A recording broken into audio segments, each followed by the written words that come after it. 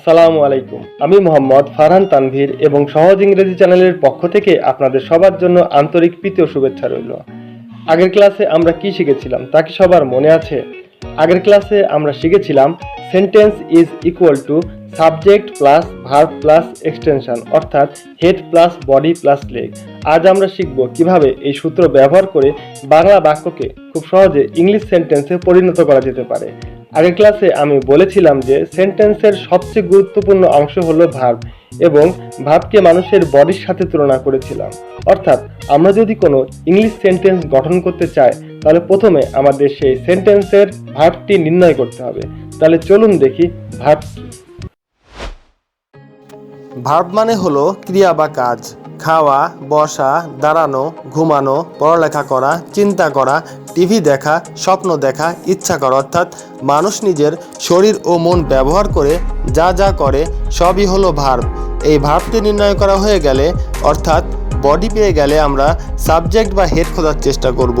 Subject খুঁজতে এখন আমরা ভার্বকে ব্যবহার করব। ভার্বকে কে বা কারা দ্বারা প্রশ্ন করলেই সাবজেক্ট বেরিয়ে আসবে। চলুন একটি বাক্য দেখি। সে বা তারা ফুটবল খেলে। এই বাক্যে খেলা হলো ভার্ব। এখন খেলাকে কে বা কারা দ্বারা প্রশ্ন করুন। কে খেলে বা কারা খেলে? উত্তরে আসবে সে খেলে বা তারা খেলে। তাহলে এখানে সে বা তারা হলো সাবজেক্ট, আর বাকি থাকলো ফুটবল। তাহলে ফুটবল হলো এক্সটেনশন। এক্সটেনশনের মধ্যে অবজেক্ট, অ্যাডভার্ব, সাবজেক্টের কমপ্লিমেন্ট, ক্লজ, প্রিপজিশনাল ফ্রেজ ইত্যাদি থাকতে পারে। আমরা এখন এক্সটেনশনের স্থানে ফুটবলকে দেখতে পাচ্ছি। এখন আমরা শিখব অবজেক্ট কি। এক্ষেত্রেও আমাদের ভার্বের প্রয়োজন হবে। ভার্বকে কি বা কাকে দ্বারা প্রশ্ন করলে আমরা অবজেক্ট পাবো। চলুন, সে বা তারা ফুটবল খেলে। এই বাক্যটির ভার্বকে অর্থাৎ খেলাকে কি দ্বারা প্রশ্ন করি। কি খেলে?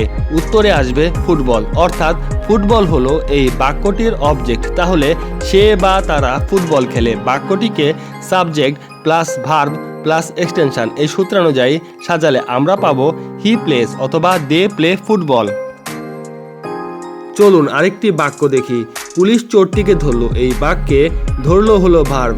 ভার্বকে কে দ্বারা প্রশ্ন করলে, অর্থাৎ কে ধরলো প্রশ্নটির উত্তর আসে পুলিশ, অর্থাৎ পুলিশ এখানে সাবজেক্ট। আবার ভার্বকে কাকে দ্বারা প্রশ্ন করি, অর্থাৎ কাকে ধরলো প্রশ্নটির উত্তর আসে চোরটিকে, অর্থাৎ চোরটি হলো অবজেক্ট। তাহলে পুলিশ চোরটিকে ধরলো বাক্যটিকে subject plus verb plus extension এই সূত্রানুযায়ী সাজালে আমরা পাই পুলিশ কট দ্য থিফ।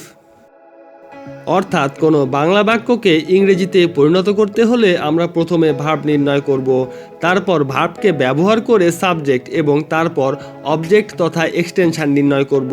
সবশেষে এই তিনটি অংশকে subject plus verb plus extension এই সূত্র অনুযায়ী জুড়ে দিলেই খুব সহজে একটি ইংলিশ সেন্টেন্স তৈরি হয়ে যাবে। আজ এ পর্যন্তই। পরবর্তী ক্লাসে আমরা নতুন আরেকটি গুরুত্বপূর্ণ বিষয় নিয়ে আলোচনা করব, যার নাম আমি দিয়েছি ডেট সেন্টেন্স বা মৃত বাক্য।